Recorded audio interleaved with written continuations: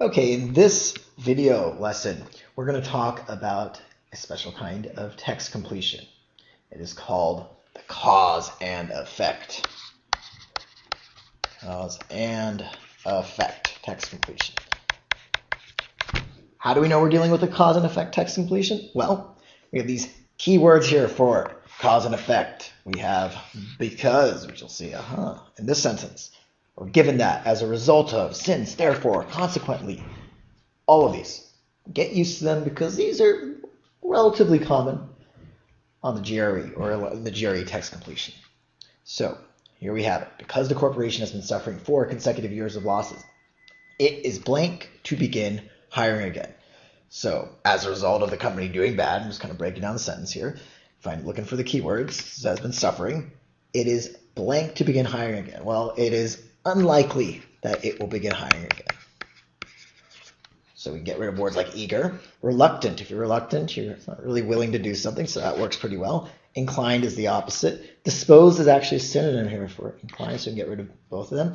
Ambivalent means you have mixed feelings. So someone would maybe kind of argue for this word, but this word is a little bit more complex. You're both positive and negative here. That wasn't our word saying, oh, well, they're ambivalent because, they're confident or hopeful in one manner, but kind of unhopeful in another. You see, that's a complex word. It requires a complex clue, not going on there. So again, key here, of course, is identifying a cause and effect sentence with words like because, and then just following the usual steps. Break down the sentence, looking for the keyword, and coming up with our own word. So let's try another one. A longer one, as you can see. Cornelius was prone to embellish whenever possible. In some cases, he would even twist reality if it served his theatrical aims. Consequently, therefore, his colleagues did not blank his account of the flying saucer-shaped cloud that followed him all the way from his home to the office. Okay, rather comical one, but there's a lot of verbiage going on here. So he was basically like to exaggerate. That's all that means. And so I'm getting rid of this. This is my cutting through the verbiage up here. So he would twist reality, and therefore his colleagues did not believe his account. That's all. So he's prone to making stuff up. And just like that, we need a word that means believe. And oh, look, there it is, that easy. Again, we noted the word consequently. We went through, we put in our own word, and we got it that quickly. Mistrust, obviously the opposite. Deride, put down, does not work here. Reject his account. They did reject his account, but look at that keyword right there, not believe. So always make sure we put in our own word. Celebrate doesn't make sense, of course. And there we have an answer. So you can see, typically, cause and effect sentences aren't the more difficult ones. This one was, of course, very easy. However, there are sometimes difficult text completions, whether single or double, triple blank, that deal with cause and effect structures, such as this one.